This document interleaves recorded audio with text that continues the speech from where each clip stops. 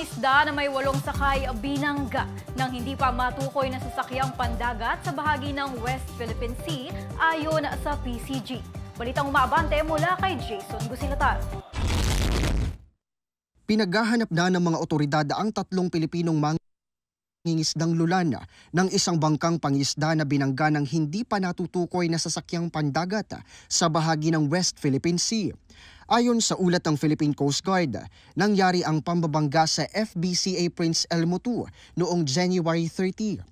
Sakay nito ang 8 mangingisda, pero ang 5 ay nasagip ng isang Vietnamese cargo vessel na MV Dong An nang madaan ito sa bahagi ng Spratly Islands noong February 16.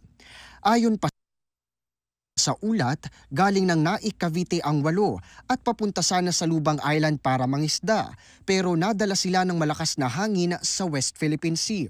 Sa ngayon ay nakabalik na ang 5 naligtas sa kanilang mga pamilya matapos na kunin ng PCG mula sa MV Dong An.